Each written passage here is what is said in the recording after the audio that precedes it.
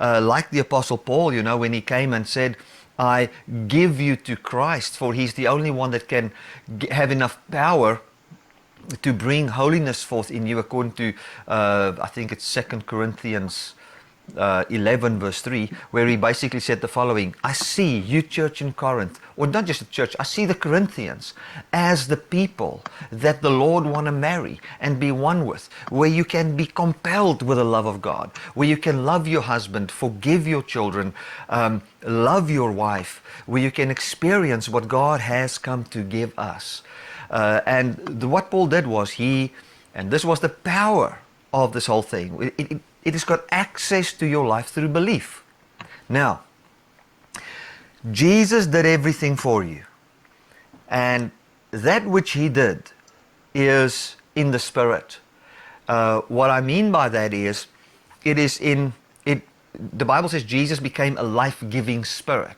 What that means is everything that he has done is a new principle and a new life and a new reality that we can live from. And when our hearts are persuaded of that as the only truth, we find that Spirit is of the life of God. You can have peace. Doesn't matter what the politics say. You know, it would not be a sin to switch your TV off and not watch the news for a month or so.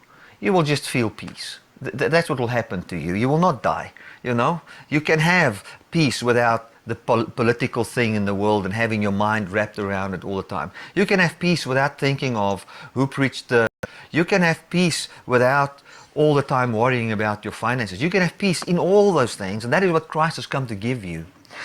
I want to read, how shall we that are dead to sin live any longer therein? Know you not that as many as of you were baptized into Christ were baptized into his death?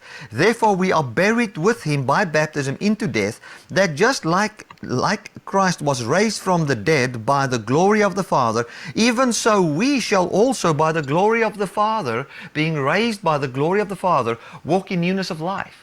You see what the Apostle Paul comes and he does is, he comes and he makes this very practical. And I think this is what we need to do today.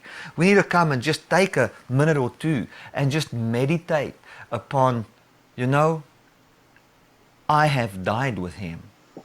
This life of not partaking in the peace of God, this life of not partaking in the joy of God, this life of not partaking in what he has, separation and sin meaning not to partake of, where you're not partaking of his joy, his righteousness, his peace, and all those kind of things. That life has died.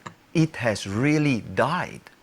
And when Jesus was raised from the dead, how shall we now that are dead?